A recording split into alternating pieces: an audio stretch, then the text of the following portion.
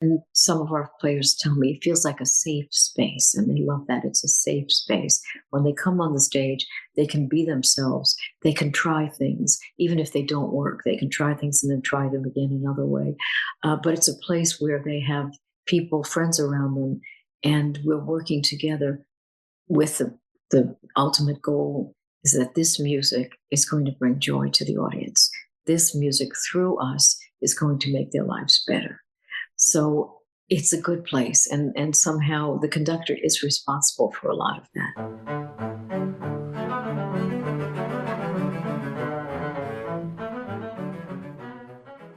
Hi, everyone. I'm Dani Meyer, and welcome back to OSA Backstage. That's right, Season 2. We're kicking things off with Maestro JoAnn Falletta. I'm not going to say much about this interview because I think it speaks for itself. She's the best. That's all there is to it. She's a joy, she's a treat, she's a delight. You're going to experience all three of those. And I think you're also going to get excited about having her as our principal guest conductor for the next 2 seasons as we're in our music director search. Sauce is here. You'll see her in the video. I don't know why she abandoned me just now, but, I'll get over it. And, hey, housekeeping. So this season, we are going to record as often as we can, but it might not be every week. And that's all right. We're going to cut ourselves some slack there, and you should too. And we are going to just enjoy this wonderful process of getting back into the swing of things, getting back on stage, getting back to the Holland, and getting back to spending time with you all, some fantastic musicians and some awesome stories. Thanks for being here. Enjoy. Oh my gosh, thank you. I'm so excited. This is our first episode back, and we had such a great time recording last season, but it's such a joy to get to do this with you, so thank you. Well, I'm excited. I'm a little nervous, but I'm excited. We're going to have fun. Serena was just saying that we typically don't introduce ourselves as well, but that our voices are similar enough. So I think we should have everybody introduce themselves to start off, since it's the beginning of season 2. So Maestro, would you please start us off? Yes, I'm JoAnn Falletta, conductor, and I have the great privilege of working with the Omaha Symphony this upcoming season, and can't wait to get started in a few weeks. Excellent. Serena, go for it. My name is Serena Royton, and I'm the assistant conductor with the Omaha Symphony, and we are excited to launch season 2 of this podcast. Yes. And I'm Dani Meyer, and you all hear me talk way too much, so we're going to get on with it. Okay, Maestro, what should we call you? Oh, JoAnn, please. I'm most used to that, and it's very comfortable. Everyone calls me JoAnn. Excellent. JoAnn, I had this question lined up, and then you posted on Facebook today, and I don't know if it was on purpose or not, but was your first orchestra concert the Leopold Stokowski Beethoven 6 at Carnegie Hall, or was that your first Carnegie Hall concert? No, that was my first concert. I was 11 years old, and I just posted it today because I started to read a book about Nancy Shear's memories of Stokowski. I never actually talked to him. I only saw him that once on the stage. But she worked with him for many, many years. And it was an interesting quote because he was telling her that women can conduct just as well as men. She was skeptical.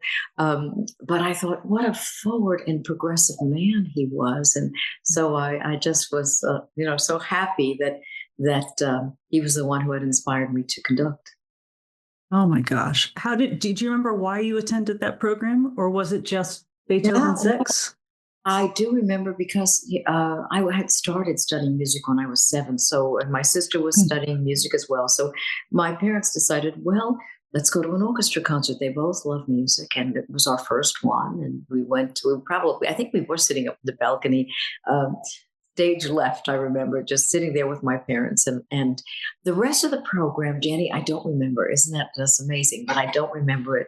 But I remember the Beethoven 7th because I felt so transported by it. I felt I had gone to a different world. And at the end of it, the maestro turned around and said, since you enjoyed it so much, we're going to play the last movement again. And my parents were just about ready to get up and go home. And they said, uh-oh, they sat down. But I remember I was ecstatic. He was going to play the last part, which is very moving again. And so I never forgot that. And I told my father, I want to do that. I want to be the person who helps that happen, because that was a miraculous thing to hear. And why I didn't say I would like to be the concertmaster, or I'd like to be the trumpet player, I don't know. But I sensed from Leopold Stokowski that he was kind of the kind of catalyst in helping people be great. And somehow that's what I wanted to do. So, and he was an amazing man. And in terms of women too, I should say this, when he, during the Second World War, he had to, I mean, many of the men were in services. So he filled those positions with women. And they played for several years, and the war was over. The men came back, and he was the only orchestra conductor who said, "We'll make room for the men, but we're not letting go of the women." He was the only one who didn't send them all home, saying thank you. Gosh. But now he had an amazing acceptance and view of people, and just wish I had met him in person. But did you have? I'm going to jump around, but did you have anybody like that you got to interact with personally, who was also in your corner, regardless of whether you were playing guitar or mandolin or conducting? Was someone being that for you? Well, there was Margaret Hillis, and Margaret Hillis, I met her at a competition, and she was the choral conductor of the Chicago Symphony, and a great conductor, truly great conductor. And she often conducted the Chicago Symphony in choral pieces, and after the competition, she came up to me and she said, "Now you won and you're ready. You can do what I couldn't." She said, "I wanted to conduct orchestras, but everyone told me you can only conduct choruses because you're a woman." And she said, "Now you're at a different time in the world. You can do it, and I'm going to be with you, behind you, and cheering you on the whole way." And I thought, how amazingly generous of a woman who wasn't able to fulfill her dreams. She was an astonishing conductor. But so there have been moments like that, and I guess for me, it just made me realize what a long way we've come. Sometimes you're so interested in just studying and working, you don't realize that the world has changed for the better. And people like Serena are going to be the beneficiaries of that openness now. Did you, when you went to school though, or even when you started, what instrument did you start with at 7? Well, all my life, my main instrument has been the classical guitar, because my father chose it for me, and I fell in love with it, and I adore it. I still love it. But that was also a little bit odd for a conductor, because at that point, well, there were so many things that sort of, now in retrospect, it was stacked against any kind of success. First of all, most of the conductors of orchestras were, like Leopold Stokowski, from Europe. They were foreigners. And we respected that. They always were. They came from countries that had a tremendous history in classical music. And they were older. And they played usually piano, but sometimes violin. And they had an accent. I mean, that was the typical conductor of the time. So a young woman playing classical guitar and being American wasn't an ideal. Now, again, this is all in retrospect, but wasn't an ideal combination of things. I'm curious if anyone just let you be a young classical guitarist for a while, or if you were aware from go that the things you wanted would be an uphill climb, or did that not bother you at all, or how did you navigate that? Well, it didn't. Playing classical guitar, which I was doing long before that concert, so I didn't realize much about the orchestra until that day. But no, I mean, I think I was always focused on the music. I loved playing guitar, and I loved the instrument. And then I became amazed by the orchestra. And it was only much later I began to realize this is something that people don't seem to feel comfortable with, or don't feel is possible. So, but I decided that I could try, and And of course, I'm very grateful to the two conservatories that really allowed me to study, because I wouldn't have been able to succeed without that. When did you decide to start? When did you decide to start trying? What was the first time you got to conduct an orchestra and you thought, I'm going to do this? Well, it was that 11-year-old who said, "I'm going to do this," Yeah. but I had no idea. And then my parents were not professional musicians; they had no idea how does one start. Luckily, I had a wonderful teacher who was teaching me guitar, also teaching me harmony and analysis and ear training. He was a European teacher, and so he thought you have to know all these things. So it wasn't so foreign for me to go beyond the guitar. But when I went to Mannes College first, I began to conduct there, and I started early because I was 18, and they allowed me to come in and study. I was a double major, guitar and conducting. I took like baby steps every day of just understanding what it was like to conduct, what it meant to conduct. And most of our teachers there in Mannes were refugees. They had been fleeing from persecution, frankly, from after the Second World War. So we had people who were tremendous musicians, and I saw in them this great respect for music, for orchestra, for being a conductor. It was a responsibility. You didn't decide lightly, I'd like to conduct. No, you felt that you could spend the rest of your life studying. And if you could honestly say that, then you maybe would have the right to start conducting. I mean, they were really tough about being ready. Oh my gosh. That's such a, go ahead, Serena. No, I'm just kind of reflecting on what you're saying and thinking about my conducting education as well. And it was also highly almost discouraged, I would say, in undergraduate, saying that, you don't have the experience, you're not ready to step in front of an orchestra until you've built all these, building blocks that you've talked about, that kind of foundational education. And so we often start by putting together our own groups just to get a little bit of conducting or start courses. And I'm wondering, did you ever create your own ensembles at Mannes to conduct? Was that kind of part of it with all your friends, or was there a set orchestra that was part of, since you did it as a major, as a conducting major, was there kind of a weekly studio class or a weekly conducting orchestra time that you had? I'm just, yes. What did what did Yeah, what did it that was look like? it was very intense. I mean, we had orchestra. We conducted the orchestra twice a week, every week. We had our own orchestra, and in Juilliard it was the same thing. We had an orchestra for the conductors, but that was like a mixed blessing, because these young musicians were like a lot more experienced than us. We knew nothing at 18. I mean, I didn't know anything, and they had been playing violin and cello since they were 4 or 5 years old. So we had to conduct them, and it was tough because we really didn't know what we were doing, but we had learned that way. And then we had sessions with our professor alone, in talking about scores. So we were sort of just immersed in it. We just thought about music day and night. And but we did put some groups together, because we always felt we never were learning enough, so that was fun. You probably have done that, right? Because as you said, you have no money to hire, a group, but you find pieces that are intriguing, like Stravinsky Octet or The Soldier's Tale or Verclair to Nacht. All of a sudden people say, "Oh, I never played that." Sure, I'll come, but I can only come to one rehearsal or something like that, right?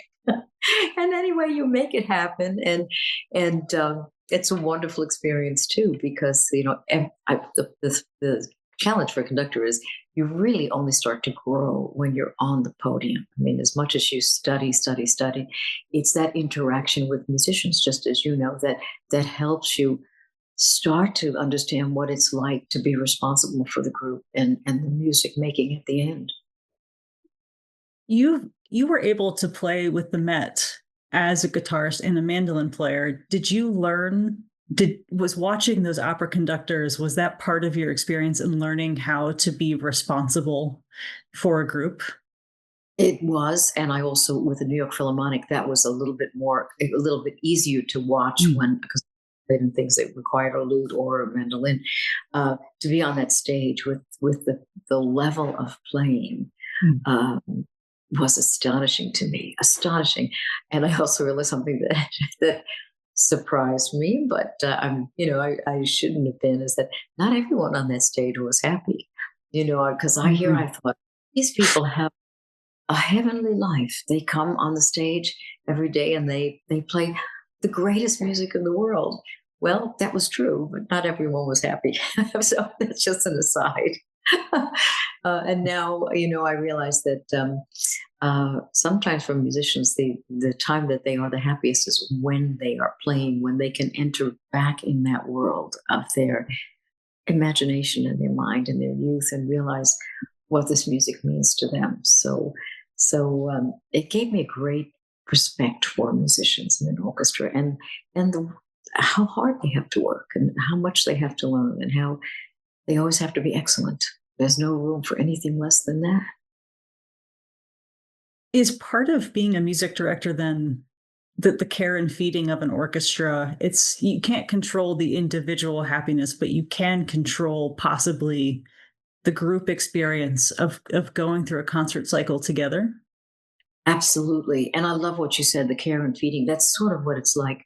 The ideal that I have, which I will never attain, is that every single person in the orchestra will feel incredibly valued wherever they're sitting, however many notes they played in that rehearsal.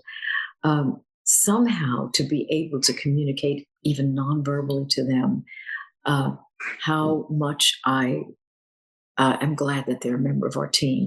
And I try and do that as much as I can, whether it's looking at a musician or talking to them as they walk off the stage or mentioning something that I remember that when they played last year, how, this was something so special on our recording. And because they're all great artists and they don't very often get individual feedback. So I think it is the care and feeding of it. First of all, the fact that we're in this kind of sacred space on that stage. I always think of it that way. And some of our players tell me it feels like a safe space, and they love that. It's a safe space. When they come on the stage, they can be themselves. They can try things. Even if they don't work, they can try things and then try them again another way. But it's a place where they have people, friends around them, and we're working together with the ultimate goal is that this music is going to bring joy to the audience. This music through us is going to make their lives better. So it's a good place. And somehow the conductor is responsible for a lot of that. That sounds like then that's a mindset you carry into.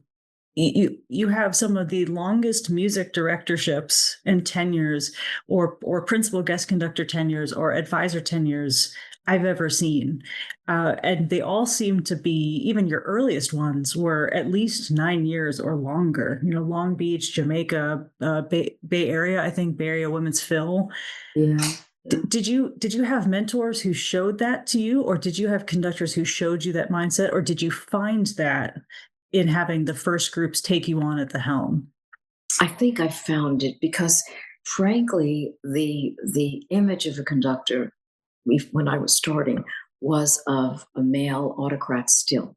I mean, it was still a very strong person who was tough, and people I met members who had played under Toscanini, whom I never saw, but and they said he was incredibly rough on us, but we loved him because he was that way. But I thought, no, I'm going to find another way that really is centered on the musicians. And I had a kind of epiphany at one point in my life.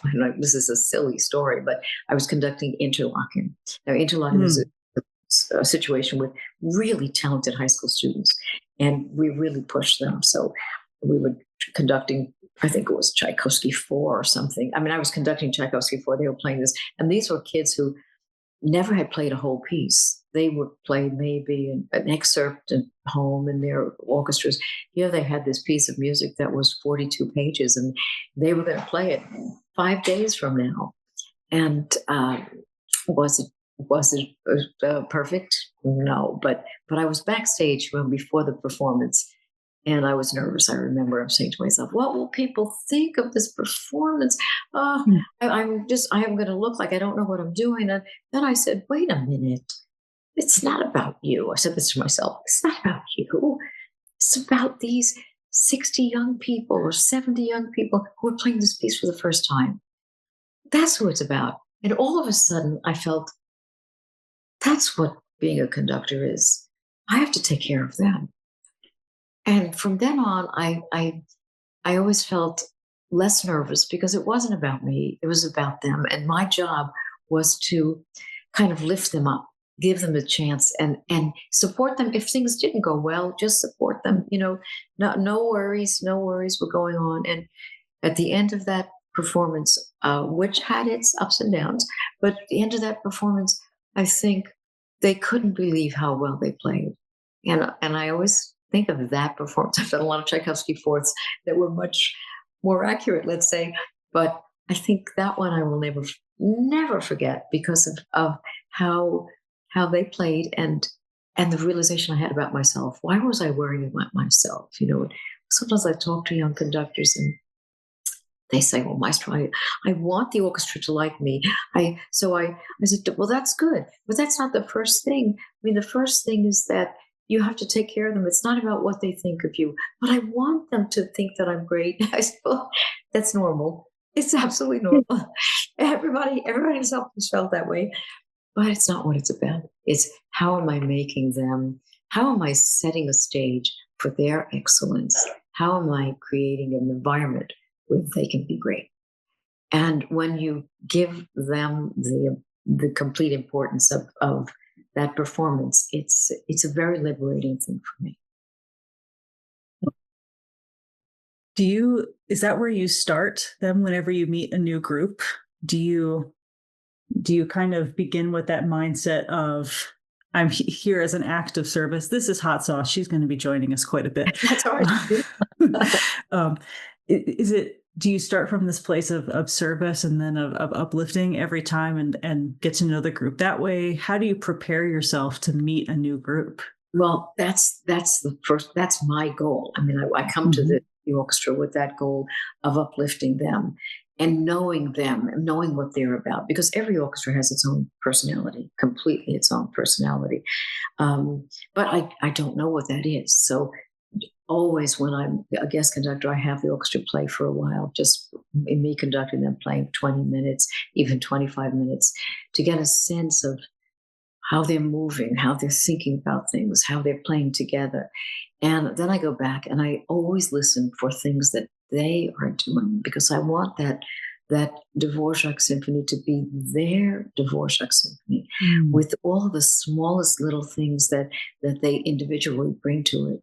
And when they sense that they are a little free to, maybe phrase that in their own way, I think that, okay, it's working. They're opening up, because most of the groups are cautious and careful, and I don't want that. I want them to just try whatever they can and have me guide them. But yeah, it's very exciting to get to know an orchestra, and I love that. And it's really from a position of service completely. I remember I had a very good friend who knew nothing about music, but she was running a big company. She was the president, and she said to me, people say, "Diane, you're at the top of the pyramid now. Why? You're right at the top there, And she said, "Are you out of your mind? I'm not at the top of the pyramid. I'm at the bottom of the pyramid, and I'm holding the whole thing together. I'm supporting all these people that I have to take care of. All the people that work for me, I have to take care of them. That's a big responsibility. I'm not, like just sitting there at the top." And I thought to myself, that's exactly what it's like with an orchestra. But people don't think that. They think, "Oh, there's the conductor." I actually have a very clear memory of guests playing with another orchestra, and I saw their maestro walking out of his room with two very lovely women, one on each arm, and a glass of champagne in each hand.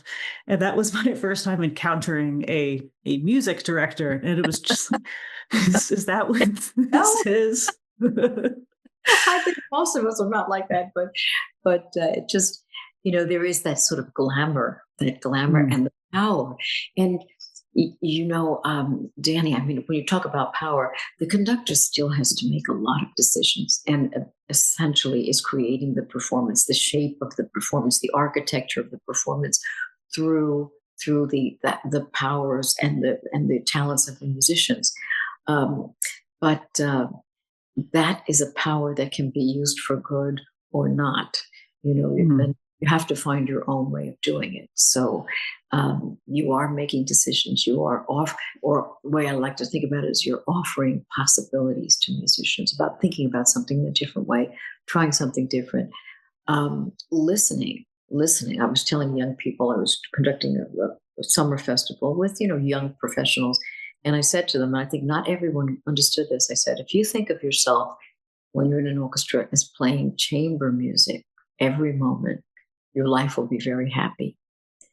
And I know that some of them didn't understand that, but the cellist came up to me and he said, I know exactly what you're saying, because if you listen to what everyone is doing, then you're in this wonderful group, and you're following the conductor, but it's not about following the conductor. It's about the conductor guiding you and you being free.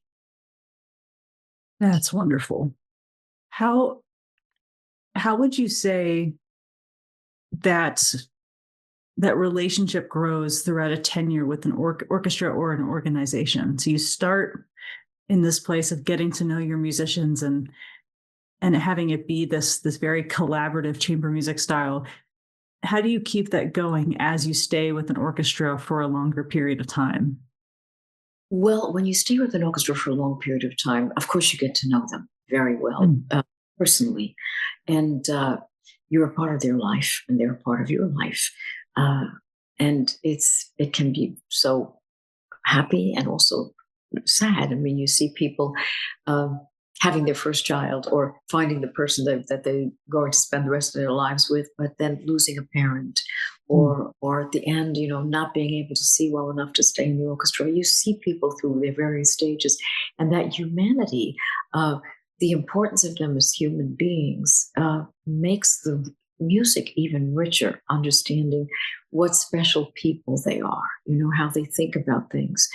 And when you stay with an orchestra a long time, you go through good and bad times. You go through those times when financially it's really rocky, or artistically things are tough right then. Or but you stay with them. You stay with them, and they stay with you. They it's I guess it comes down to trust. You trust Mm. them, they trust you, and that's the key to the relationship. If they trust that you're there for them and for the organization, and not for yourself, um, not even to go on to another great, new vista, which is, I'm sure, many music directors take a job with that in mind. I'll stay here 3 years and then I'll go. But what they miss, I think, is seeing an orchestra become a vital part of the community. Because if you're there and you're living there and you're caring about everything that happens in the city, and about the orchestra, then you actually have the joy of something flourishing, which a lot of conductors, I don't know if they've actually had that experience. I wish they had, because Mm. it's a very beautiful thing. Even with organizations like Brevard, where you potentially have new students every single year, is it the faculty that kind of is it your ongoing relationships with the faculty and staff that keep that through line going? Does that feel like the core of the orchestra for you, or? It does, but in a real sense, it's always the young people that bring Mm. me back there. I mean, I love the faculty and I love the people who run that organization. And Keith Lockhart is a fantastic music director, but it's always the young people, because most of them are playing these great works, whether it be Pines of Rome or Tchaikovsky Fifth. They're playing it for the first time, and Mhm. I remember 2 years ago doing Tchaikovsky Sixth there, um, and I told him a little bit about the story of the mystery of that symphony and Tchaikovsky dying so soon after he wrote it. Um, and I just encourage them to go online, read about it. And I guess they did, because the end of the performance, very many of them were actually crying. And I thought, okay, that won't happen in a professional orchestra, probably, although it has happened. But I had a chance to feel their joy and their wonder at this piece, because they've never played it before, and they were so connected to what it meant. So I think that's what brings me back to all of these summer festivals: the fact that these young musicians won't forget that first performance of that piece. I mean, they'll go on and they'll play hundreds of things. And so, I remember once I was conducting in Philadelphia, and a young man came up to me and he sang the opening few bars of Respighi Roman festivals. And I turned around and he said, "Maestro, that was the piece I played with you at Interlaken." And he said, "It was the best performance I ever played." Now, this is a person who's sitting in the first violin section of the Philadelphia Orchestra. And I thought inside, no, it wasn't. You played a lot of better performances. But for him, at the age of 14 or 15, it was a memory that he'll never forget. So what a gift to me. I mean, to be able to do that. And that's what I feel it is. It is a gift to be able to have someone remember that they did a great performance of a piece that they'd never heard before. I actually have a core memory from Bavard. I wasn't even playing, I was just working, but you were starting the season with Romeo and Juliet. And you didn't say, I think maybe you said hello, but you just tuned, and then the orchestra started. And there was something so incredibly huge about beginning with this unbearably tense, building, awful, beautiful thing. And that's how the season kicked off. And I remember thinking, I wish that I could have been in that orchestra for that moment, because when that's your first note of the season, when that's your first bars, what a way to immerse yourself in being a part of something. And that's how I imagine, in a couple of weeks we're going to feel, because we're beginning our 25-26 season with you and with Adams and Short Ride and Shaik 5, and the immensity of these beginnings of each of these pieces. They're notes that we've all played quite a bit, but it doesn't change the fact that at the start of something, it really feels so much bigger. Right. And I think, in a way, what can we say about this music? At first, really nothing. I mean, we say hello and, we're happy to be here. And then you hear the beginning of the Capulets and the Montagues. And it's, I think for the young person playing it, you'll never forget that, because there's something crushing and beautiful at the same time as that. So it's all about the music for them. But to see it through the eyes of a young musician is a great thing. It's priceless. And speaking of priceless, something that I have found over the last 7 years of doing this job is that when I'm looking for recordings, your name pops up so many times, especially with works that I cannot find elsewhere. And so I was so excited today to also talk about your contribution to the classical recording, over 50 recordings on Naxos alone, and over 120 albums total so far. Just where did this even start? Dani, it was really a stroke of luck. When I was hired by the Buffalo Philharmonic, very soon after that, I got a really unexpected call from Naxos, from Klaus Heyman. He said, "We are looking for an American orchestra," because he was recording all over. So we're looking for an American orchestra, and we'd like you to consider being one of our few American orchestras. I was stunned. And I said, we would be honored. He said, "But wait, I have to tell you this. I don't want you to record anything I have in my catalog." Now, Dani, you probably looked at the Naxos catalog. There are hundreds of thousands, maybe more pieces in there. He said, "I don't want that. I want you to discover wonderful pieces that nobody else knows. Will you do that?" And I said, we're on it. We will do that. He said, "Because that's what I want. I want you to bring us discoveries that people will say, why didn't I ever hear that piece before? So that started a long journey for me of, being a kind of explorer. But I think it was helped, that I could do that by the fact that with the Women's Philharmonic, I was always doing that. I was looking for pieces by women, and that was hard to find. But you would find them. You would find them, and maybe you'd have to fix some things or rewrite something or guess about something, but they were there. And we recorded a couple of albums a year, a couple of CDs a year of music that people didn't know. Someone who was killed in Auschwitz and whose music had never been played, or the son-in-law of Dvorak, whose music was sort of unknown. A lot of pieces like that, and Naxos, took them and disseminated them. And I think radio stations play them partly because of what you said. They never heard this music before, but it's really beautiful music.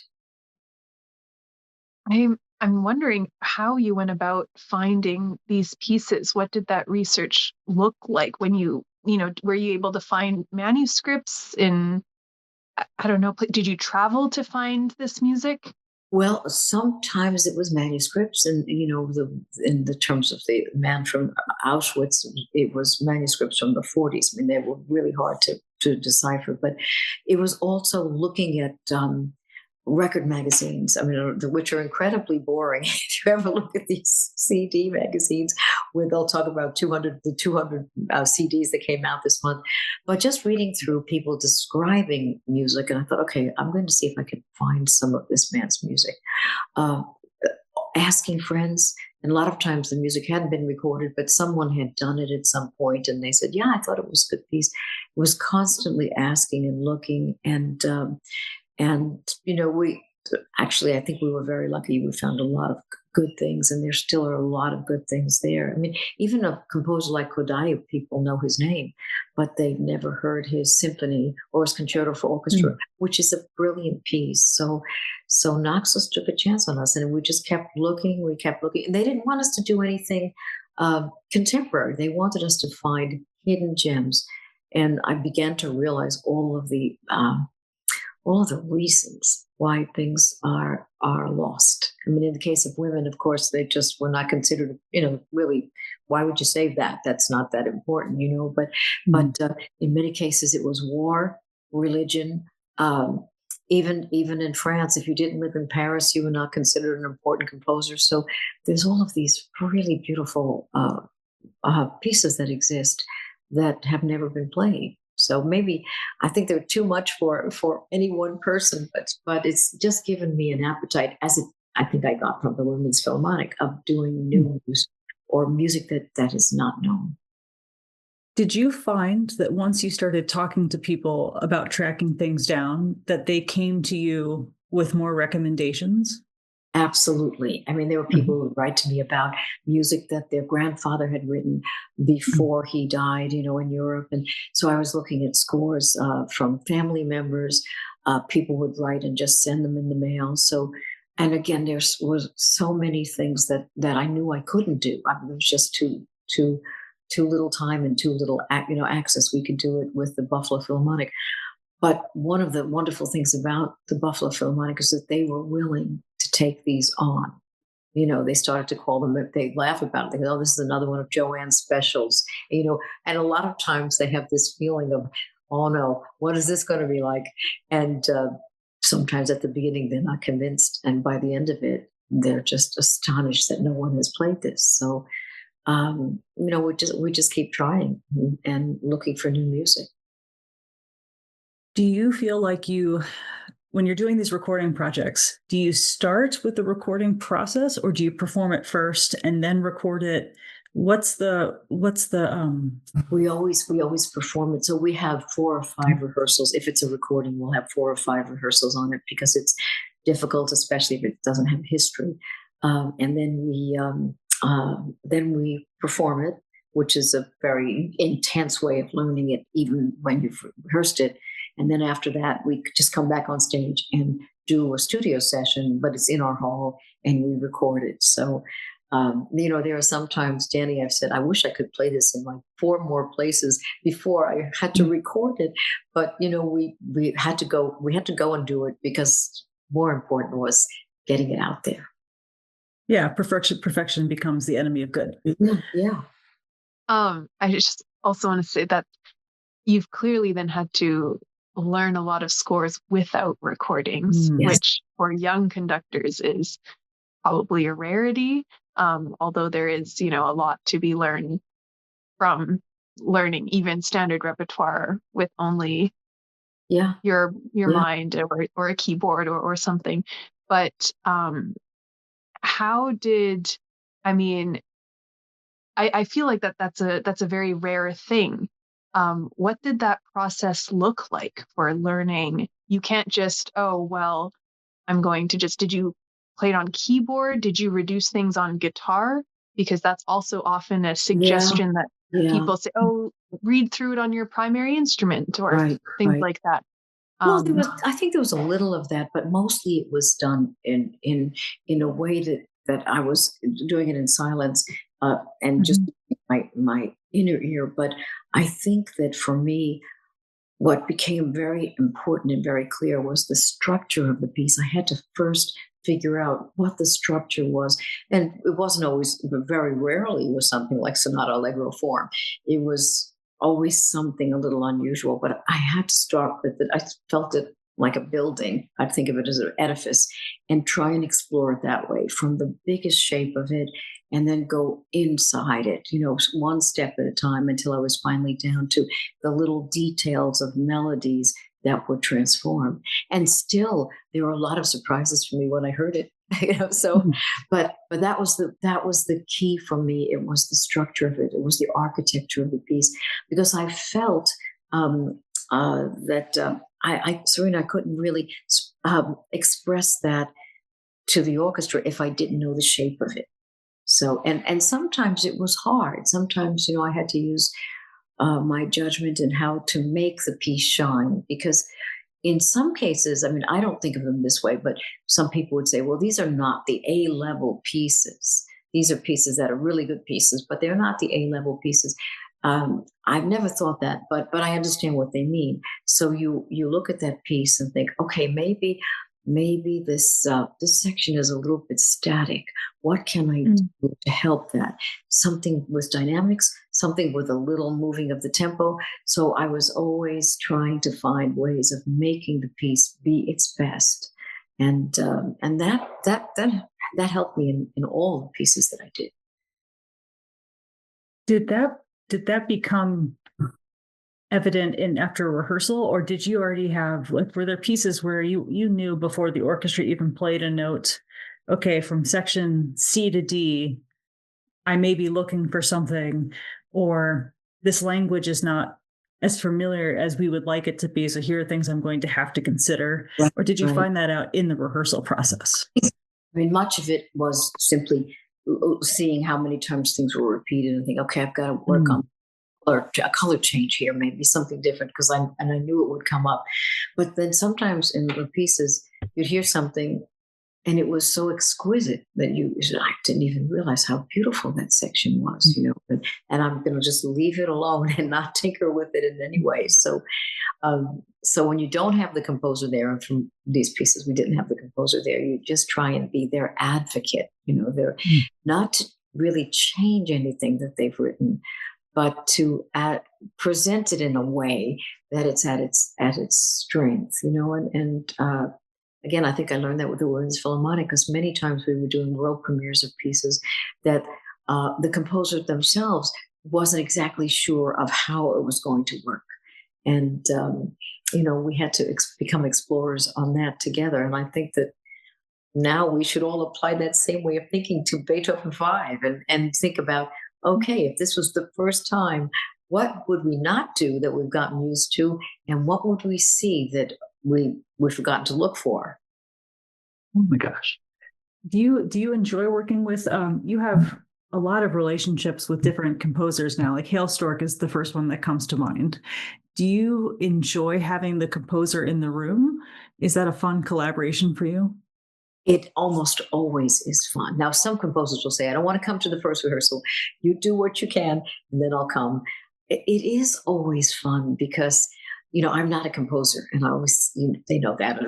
And so my only chance to be inside a composer's head is if they're there, and I can see that they're not exactly happy with what's happening here. And so I can sort of guess. I said, okay, do you think that if I bring out the brass here for a little bit more than you have, that it might make more of an impact? And we try it.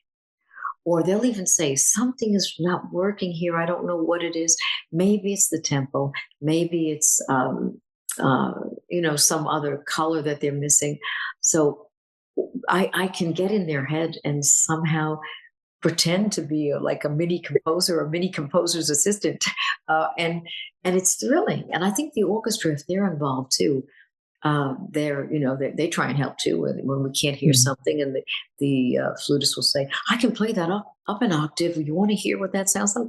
And I think how wonderful that they are also trying to be assistants and make things the best for the composer. So fun. I imagine they sometimes say in book writing, it's the people who don't want to write books but know what good books are become editors, because they know what good writing is, even if they don't want to do it themselves. Well, it's a little like that. It's a little like that. I'm changing dynamics, and the person will say, that says piano maestro. I said, yeah, but I'm guessing that he doesn't want it to be that soft. So play it forte. And it doesn't, that blooms, and they realize, wow, yeah, they needed that. And so, yeah, it's maybe a question of editing. I'm going to remember what you said. I think that's fascinating, because when things are getting a little long and you've got to do something to help that, you're not going to cut anything, but you've got to do some calculation of how to move forward. Right. If you've put it on, go ahead, Serena. No, finish. If you've put it on stage, yes, that's something that we say a lot here in Omaha. It's like we don't get to play as many classical concerts as say a Minnesota or an LA. And that is what it is. But if we put it on stage, that means we believe in it, and that we know that it means it's good. It doesn't mean the piece is perfect, but we know that it's worth it. So that's what that sounds like. It's like, this is worth it, and we're going to make it worth it. Exactly. And that's what we've had to do with a lot of these pieces. And we feel that we did do that. And it's very exciting. And not more so maybe than playing a masterwork that you've done a lot of times. And I remember one conductor said to the orchestra I was assistant in, said, I've done the Dvorak 9 500 times, so I know exactly how it goes. And I thought, well, wouldn't it have been better to listen to them and sort of find out where they are? But because it's really the way music is so fluid. I mean, it doesn't have to be the same. It doesn't have to be the way you heard it on a recording when you were a kid, and you always wanted it to be that way. It's so fluid, and it's so much about the orchestra. I have a beautiful memory of working with the Stuttgart Symphony. We were playing Gershwin Concerto in F, and there's a wonderful spot with the cellos. That's kind of bluesy, and American orchestras play in this kind of swingy way. When we got to that spot, the cello section played it like it was Mahler 9. And it was so beautiful. It's so sort of not right, but it was the way they were feeling about it. It was the kind of, I thought, what a wonderful gift to hear a German orchestra play Gershwin with such love and such respect, that I just left it alone. I didn't want to say, no, it's kind of be swingy. Forget the swingy. Let them play it in a way that they are expressing their love for it. So those opportunities to have orchestras inform what's happening, to me, is the miracle moments. That's so lovely. I wish I didn't have to keep asking you questions, because that would be such a great way to end. But something I'm genuinely curious about, I don't think we have asked any conductor this yet, But what does it feel like to be on the podium? You know, it's a different sound world for every instrumentalist, depending on where they are on stage. But for you, what is that sensation of being in the eye of the storm like? You say the eye of a storm. I mean, it's a little bit like that. It's like a force field because the energy that's happening on that stage, and that's not only when it's loud and fast, there's constant energy, there's constant um, mental activity, brain activity, so that I do feel like I'm in the middle of this force field of something incredible. And there are times when it's just overwhelming, when, at the end of Mahler 2, where I think I'm not even sure if I'm conducting anymore. I just don't know if I'm really doing anything, or just they're playing it. But it's incredible. It's incredible to think of the brain activity. I said once that we should wire up musicians' brains in the performance of anything and just see how much activity is going on, the things that they have to do, and then present with their own emotional intensity. So, but it's a wonderful place. It's a wonderful place to be, and it's a wonderful place to see them, to see all of them. Because you're on the podium, you do see all of them, and you see what parts are moving to them. You'll see. I notice in rehearsal, someone smiles at a certain section. Maybe it's because of a memory he had. And it's beautiful, because even though you're not talking to each other in the concerts, there's a lot of communication that's happening. Yeah. Silly question for you. Your Wikipedia biography has maybe my favorite sentence of all time. Falletta married Robert Alemany in 1986. Mr. Alemany is a systems analyst for IBM and part-time professional clarinetist. Yes. That's Robert still is a part-time professional clarinetist. In fact, he is a sub when they need a fourth clarinet in Buffalo. He plays, and fantastic. He practices 2 or 3 hours every day. And at the same time, he's loved being a computer scientist. And maybe there's not so much difference between science and music, I think, because he played the clarinet since he was 10 years old, and loves it, and decided at some point he wanted to become a computer analyst, and he did. But he loves it, and he's very, very sensitive to music. So he's very appreciative of what our world is. And when he joins and enters with us, he loves it. Do you enjoy talking about rehearsals with him or performances with him? Is that something that you two can share, or is that more of an emotional connection that you have that you don't really have to talk about? Well, when he comes to the performances, because he doesn't come to rehearsals generally unless he's playing. When he comes to the performances, there's a lot that we talk about. Like, I mentioned to him, did you hear the entrance of the trombones at that one spot? And wasn't that magnificent? Or you think I should bring out the clarinet there, or whatever. So he's always on the mark, but very complimentary about BPO and other orchestras too. So I think it's more talking about the recordings that we do or the performances. But it is nice to have a life with a very musical person who understands the anxiety and the joy and the devotion to what music is. Last question before we let you go, and you've been very generous with your time. It's a surprise, but if you had 30 minutes on stage, no consequences, and you could try any instrument, what would you try? Oh, I think it would be the cello. I would just sit down. Okay.